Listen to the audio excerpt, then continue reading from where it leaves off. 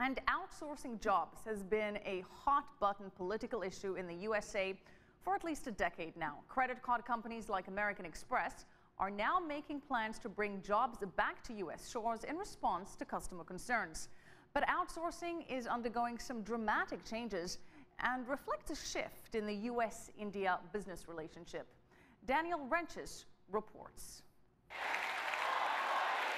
President Obama's re-election effort includes attack ads like this. Mitt Romney's companies were pioneers in outsourcing U.S. jobs to low-wage countries, putting the spotlight on his rival's job at Bain Capital.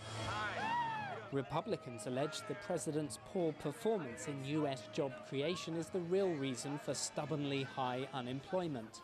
Indian nationals running companies here in the U.S. argue that current public views about outsourcing are out of date. You know, we had some of the best salaries, the highest hikes, the best working environments, great people to work with, really great opportunities to learn more, to get insight into the work culture of another country, to solve interesting problems, and to work on cutting-edge technology.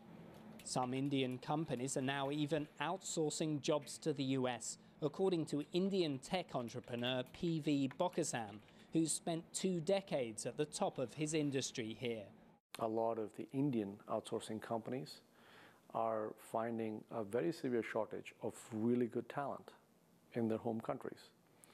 So they are establishing, by the virtue of states in the US, giving them free land, free power, free buildings in some cases, to have the Tatas or the Infosys of the world hire local talent in local places, because it is more financially lucrative for them to hire local people in local places and do things that are local to state governments and to state businesses and so on, and create jobs in the United States. So the idea that everything is being outsourced or offshored, frankly, is completely taken out of context. Indian multinationals like Tata, which now owns brands Jaguar and Range Rover, has increased US hiring in its consulting arm, partnering with firms like Citibank, Dow Chemical and Hilton Hotels. Business ties between the US and India